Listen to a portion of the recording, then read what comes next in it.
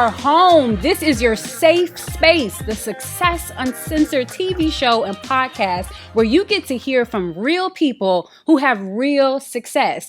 And they like a little crazy like me, like just a little bit. But let me tell you, every single time you're going to enjoy every single episode. And so today I have one of my dear friends with me, Ryan Clark. He is so amazing. And let me tell you about this guy. And then he's going to tell you even more just about how dope he is.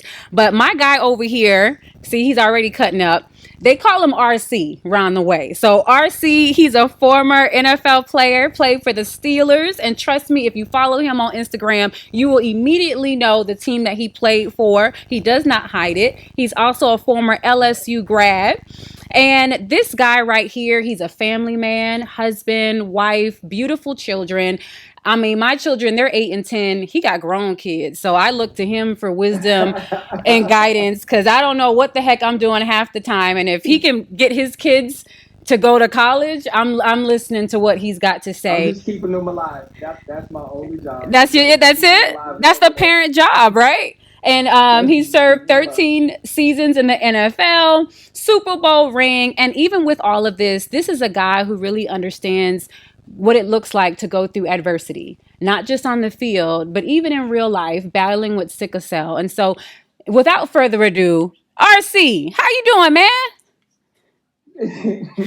I must admit, that was very entertaining. I'm excited to be here. You made me sound a lot better than I actually am. I'm not going to talk about myself anymore, but I will say I'm honored to be a guest. Thank you. Thank you so much. And just so the viewers know how I initially met Ryan, time goes by fast. That means you are getting older, Ryan. That was in last year, 2020, when everything was going on with the pandemic and a lot of social unrest.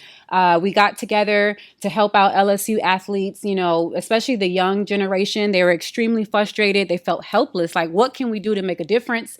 And so they pulled together some amazing leaders like RC. We had Ben Crump, Sabrina Fulton, who's Trayvon Martin's mom, and then myself as the host. And so that's when I initially got to meet this guy. And I said, wow, he has so much substance and so much depth. And so, RC, what I want you to do is just, you know, a lot of times when people think about just being in the league for that long and even looking at your career now as an anchor on ESPN and having your own podcast, oftentimes people can get the wrong idea of what success is. You know, from the outside, it's like, wow, he's got all of these followers and everything must be really easy. Look, it's the smile. That's how he gets the connections. It's kind of like they don't understand that behind the scenes aspect of success. Can you speak personally for you? How did you realize what it takes to have success, and what does that look like for you in your journey? I kind of think I've always been the same. And, you know, I was taught to work. My parents worked extremely hard. My father worked 2 and 3 jobs. My father took jobs, you know, to make sure ends could meet. I ended up going to a private school, and I just remember every morning when my pops would drop me off at school, he would give me my lunch money once. And the reason it was in ones, I mean, he wasn't a stripper, but the reason... Because that was the next question. I was like, what did your dad do? I already know you're from Florida. That's why I said it. Oh, my gosh. And so, like, he ran a valet parking garage, you know, and that's what he did at night. And he worked for the levee board during the day. And I just... That type of work ethic always resonated with me because it taught me that as a man...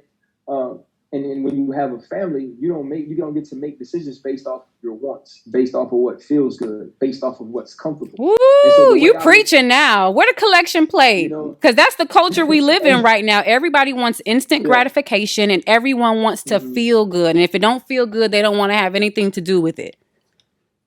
Yeah, but I think that's the generation we're in. And get to grow up in that generation. And so this generation is too teaching me things about grace and teaching things about allowing people to be individuals and allowing people to be emotional.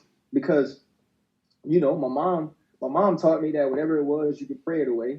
And my dad taught me whatever it was, you could work it away. And so I'm just starting to learn to let myself feel.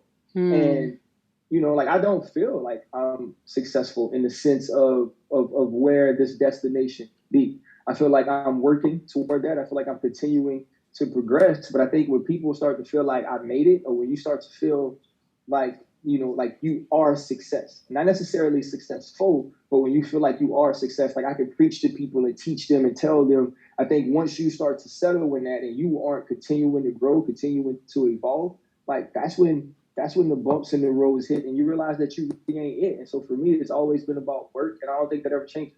I love that. So if you could sum up for yourself RC's definition of success, because that's kind of what you were starting to speak to, what would your definition of success be? My definition of success is being able to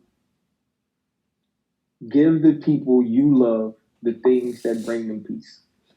Ooh. And it doesn't. And I think what happens is we start to put monetary value, or we put tangible values on things, right? And we don't always control those tangible values. Like I can't say, like, no matter how good I was in football, I couldn't say I'm going to get a $50 million contract because I can't force those people to pay, right? Right. But what I could do was say I was going to be up at 5 o'clock every morning. Come What I could on. do was say I was going to watch a certain amount of film. I was going to do a certain amount of treatment. Those were things I could control. And through being able to control those things and having that work ethic, even if there's something that brings my people peace, or someone I love peace that's tangible that I can't get, right? The peace for them will be they know I did everything to get it. Right. They know I worked as hard as I could to achieve I that. love that. And that'll be my peace as well. And so for me, if there are things that stopped me, or if I made decisions along the way that didn't allow me to at least give my full effort in providing that, that's failing. Failing isn't not getting the job that you want, because maybe the other applicant was better. Maybe that other applicant was a better fit. Failing is not getting the type of money you want, or any of these other things. Failure is not preparing yourself enough to succeed, not putting yourself in the best place to be the best you. And so as long That's as you're good. doing that, I feel like you're successful. I love it. And that goes right along. And that is why you're a guest on my show, because that goes right along with my success formula to do you, do it well, and do it consistently. Like you figured out Mm-hmm. these are the things that bring me joy, these are the people. And these are the issues that Mm-hmm. matter to me. That's what I want to focus on. And I want to make sure I do everything in my power to do that well. So, now with that, I Mm-hmm. wanted to talk about balance, because real talk, like you married, you got children, Right. and your children are Mm-hmm. busy. Like they are Yeah. in college, they're also athletes as well. You're also an anchor, you do a lot of community Mm-hmm. service. And so, real talk, I know for me, sometimes it can be hard to juggle family life, business life, taking time to exercise, meeting with my therapist. I mean, just even scheduling, Right. like I have to schedule like happy hour with a friend. It ain't like I can just get up and go. Like it's a lot. And I feel like when I look at your life, you got a lot going on. So how do you, I don't even like using the word balance per se, but how do you manage these different aspects of your I life? don't. I can't say I do very well with balance. Okay. And I think like the great part about getting old, which you mentioned that I am. You My are, not oldest is me. 20. My, You. yeah, just me. Right. My oldest is 22. She's graduated from college. She's gotten a job in San Francisco. My middle is my son. He's a junior at Arizona State, and I got a junior in high school.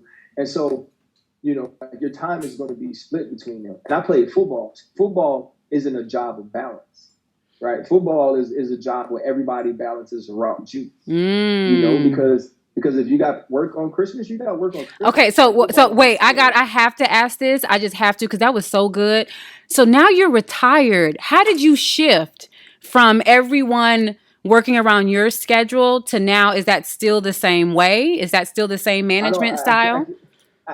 I can't say that it's shifted much because I didn't go into like a regular job, Gotcha. right? I didn't go into retirement. Now I work on TV, and the good thing about TV and the way the contracts are constructed is that like I can tell them if I need a day off, right? If I need this day off or that day off. But if it's Super Bowl, I'm at the Super Bowl, right? If it's draft, I'm at the draft. Like there's no because missing those things hurts your career. And so it's still somewhat predicated off of that. And I'm starting to have to learn though that I'm the only person in my house that doesn't like vacation. I ain't know that. Oh, I know that now. And so like, I gotta take vacations. I gotta sit on yes, beaches. you do.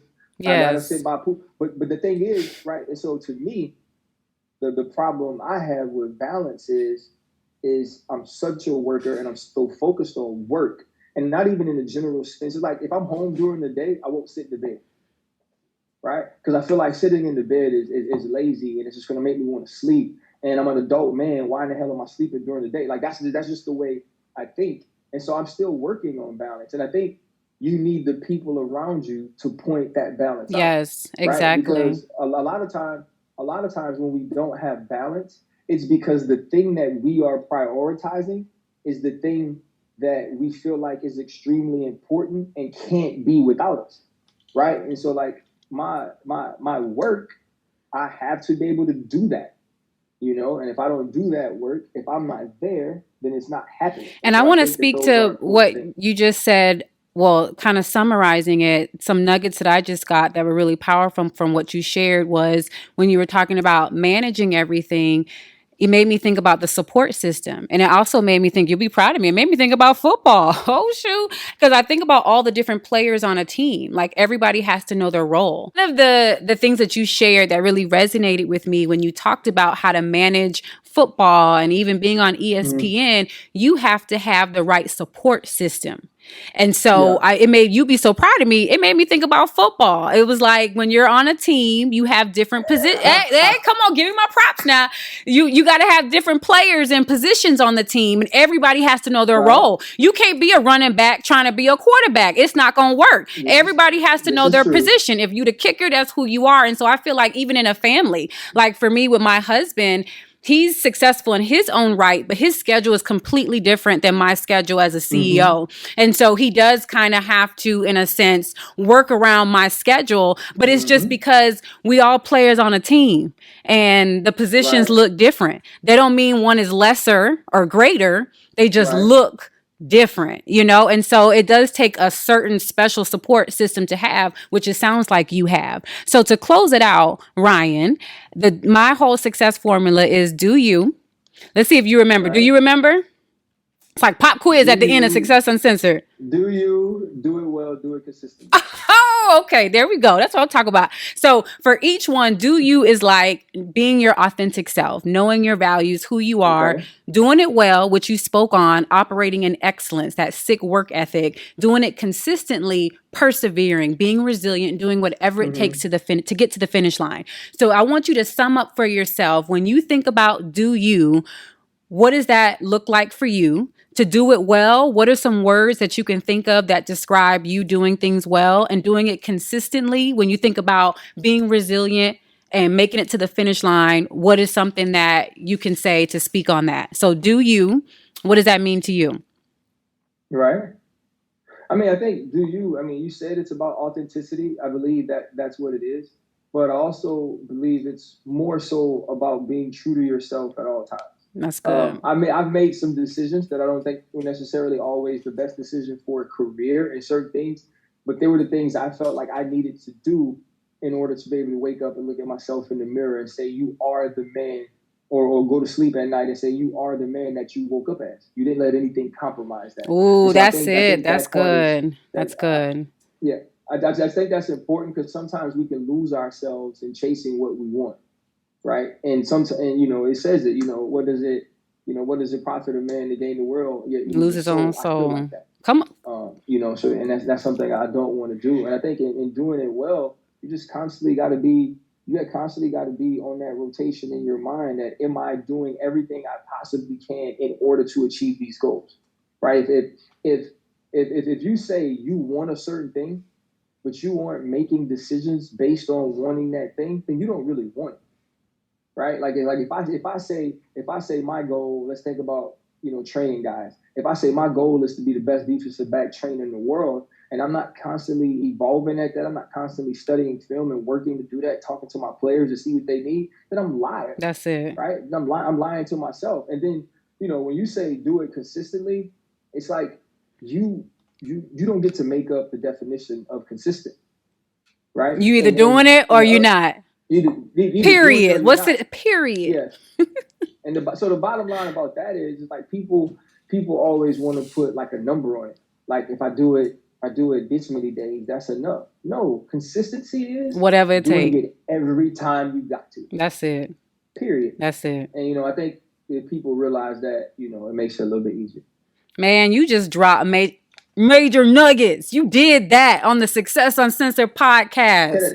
Can I rap in Miami now? Woo! Rap in Miami? Will they let you rap? I think so. Rick Ross, I'm gonna make a couple calls and Trick Daddy, see if we can hook you up, get you a few tracks. Trick has said some questionable things recently. He did. I'm gonna leave. He's always said some questionable things. Well, Ryan, thank you so much for stopping by the Success Uncensored TV show and podcast. This your home now, so you have to come back. Pinky promise, swear you coming back? Fist bump, all that. Okay, all right. So take care, and until we meet again, continue to do you, do it well, and do it consistently.